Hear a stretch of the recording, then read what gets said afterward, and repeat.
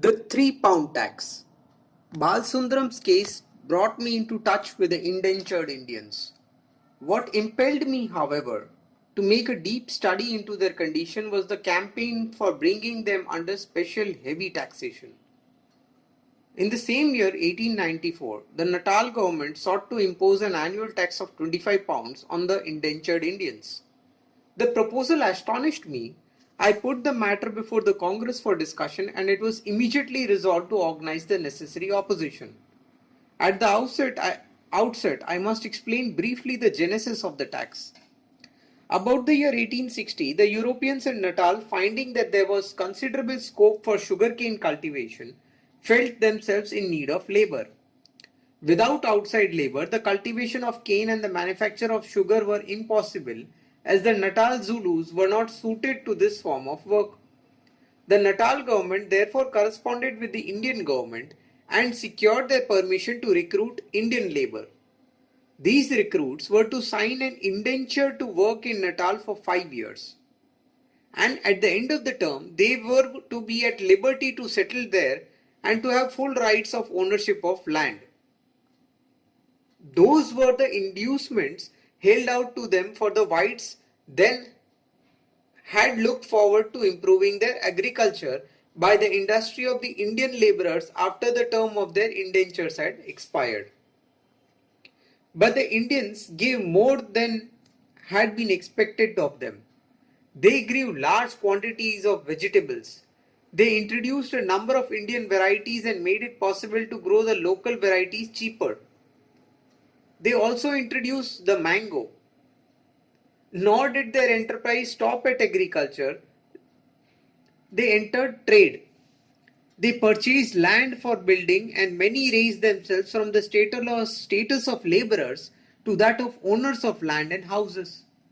Merchants from India followed them and settled there for trade. The late Sheikh Abu Bakr Ahmad was first among them. He soon built up an extensive business. The white traders were alarmed. When they first welcomed the Indian laborers, they had not reckoned with their business skill.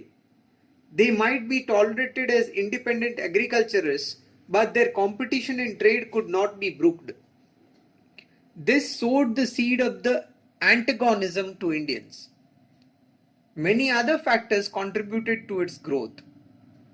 Our different ways of living, our simplicity, our contentment with small gains, our indifference to the laws of hygiene and sanitation, our slowness in keeping our surroundings clean and tidy, and our stinginess in keeping our houses in good repair, all these combined with the difference in religion, contributed to fan the flame of antagonism.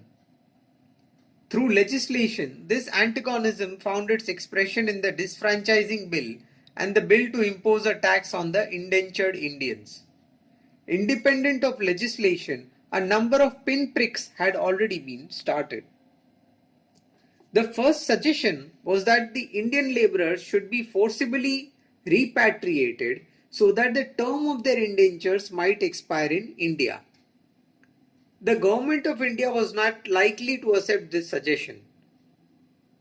Another proposal was therefore made to the effect that the indentured labourer should return to India on the expiry of his indenture, or that he should sign a fresh indenture every 2 years, an increment being given at such each renewal, and that in the case of his refusal to return to India or renew the indenture, he should pay an annual tax of 25 pounds.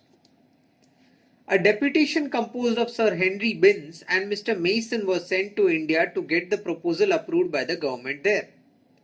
The Viceroy at that time was Lord Elgin. He disapproved of the 25 pound tax but agreed to a poll tax of 3 pounds. I thought then, as I do even now, that this was a serious blunder on the part of the Viceroy. In giving his approval, he had in no way thought of the interest of India. It was no part of his duty thus to accommodate the Natalar Europeans.